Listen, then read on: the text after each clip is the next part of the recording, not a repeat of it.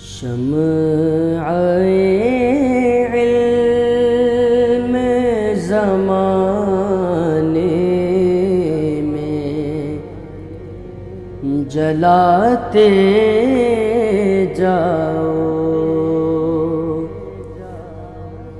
شمع علم زمان۔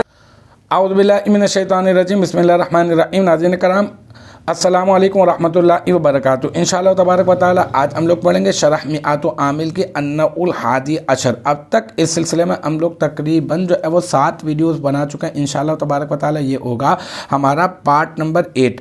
آج کی جو عبارت ہے وہ ہے مثلاً، ہے نا۔ اب یہ جو مثلاً جو ہے ویسے ہم لوگ اردو میں بھی استعمال کرتے ہیں فار ایگزامپل کے لیے نا، تو یہ مثلاً آتا ہے، یہ یاد رکھ لے گا۔ یہ جو مثلاً ہے نا، یہ آلت نسبی میں نظر آ رہا ہوتا ہے، لیکن سمجھ میں نہیں آ رہا ہوتا کہ اس کو آلت نسبی میں کون کر رہا ہے۔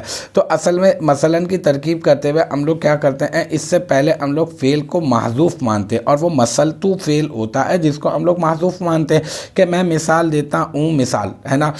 تو اب یہ ہے کہ اب مثلاً کیا بنے گا، وہ کیا بن جاتا ہے، وہ فعل محذوف کا مفعول مطلق بن جاتا ہے، کیونکہ مفعول مطلق تو آپ کو پتہ ہے نا، وہ مصدر جو ما قبل فعل کے امانہ ہو۔ تو اب ہم لوگ اس سے پہلے جو ہے اسی کے مطابقت کرتے ہوئے فعل نکالتے ہیں مثلتو، اور اس مثلتو فعل کا اسے مفعول مطلق بنا دیتے ہیں۔ تو آج بھی ایسا ہی ہم لوگ کرنے والے ہیں، اور ہم لوگ یہ کہہ دیں گے کہ یہ ہے مثلتو مثلاً، پورا ایسا کر دیتے ہیں نا۔ تو اس کو پھر مثلتو، یہ صیغہ واحد متکلم، اس میں تو ضمیر مرفوع متصل مستتر، اس کا بارش، سوری مستتر نہیں، یعنی نظر آ رہی ہے۔ اگر نہیں نظر آ رہی ہوتی نا تو ضمیر، تو ہم لوگ کہہ دیتے کہ یہ جو ہے مستتر ہے۔ اب ہم لوگ کہہ دیں گے تو ضمیر بارش، ٹھیک ہے نا۔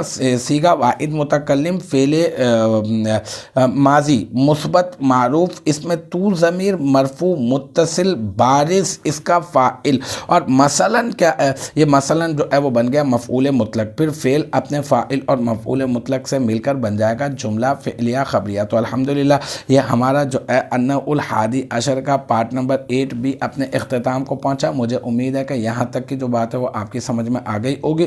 انشاءاللہ تبارک و تعالی نیکسٹ ٹائم اگلی ویڈیو اگلی کلاس کے ساتھ ملاقات ہوگی۔ جب تک آپ اپنا بہت خیال رکھیے گا۔ وآخر دعوانا ان الحمدللہ رب العالمین۔